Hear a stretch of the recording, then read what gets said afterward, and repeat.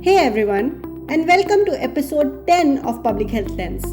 This episode is special, not just because it's the last of season 1, but because it's my chance to pause, reflect, and talk to you not as a consultant with a framework or a podcast host with a script, but just as me, someone who has been in this work for years and is still learning every single day. So today, we are not diving into data or evaluation plans. We are pulling back the curtain. I'm sharing what I have learned about public health work, the things no one puts in job description, the moments that changed me, and what keeps me inspired to keep showing up. Let's get into it. When I first started my career as a public health professional, I thought it was about being efficient. Clear timelines, neat logic model, perfect data collection and analysis, smart recommendations. And while all of that matters, what I have learned is that public health work is way more human than I expected. It's about navigating politics you don't see on the org charts, holding space for teams that are tired, burnt out, or grieving, translating ideas across silos and sectors, and doing work that's invisible but deeply meaningful. Public health isn't just a service, it's a relationship. And like any good relationship, it takes listening, humility, and trust. Here's what no one tells you. Some weeks, you will do work that never gets credited. You will write something that changes direction in a meeting, and your name won't be on the slide. You will coach someone through a challenge, help them shine, and you will be clapping for them from the background. And you will have moments of doubt, wondering if your work mattered. But what I have come to understand is this. Consulting is a practice of quiet leadership. It's not always about being seen. It's about helping others see clearly.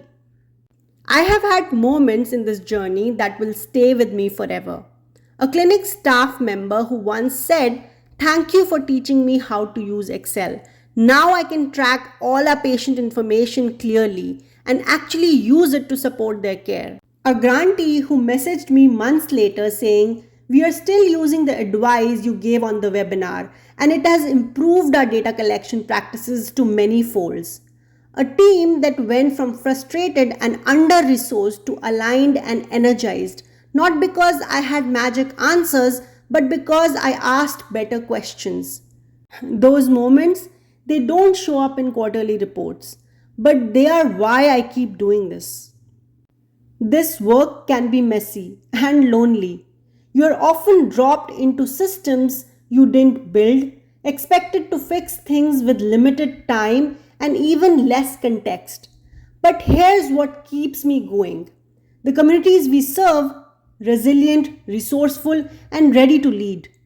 The people inside systems trying to make them better. And the belief that small, thoughtful actions can shape larger systems.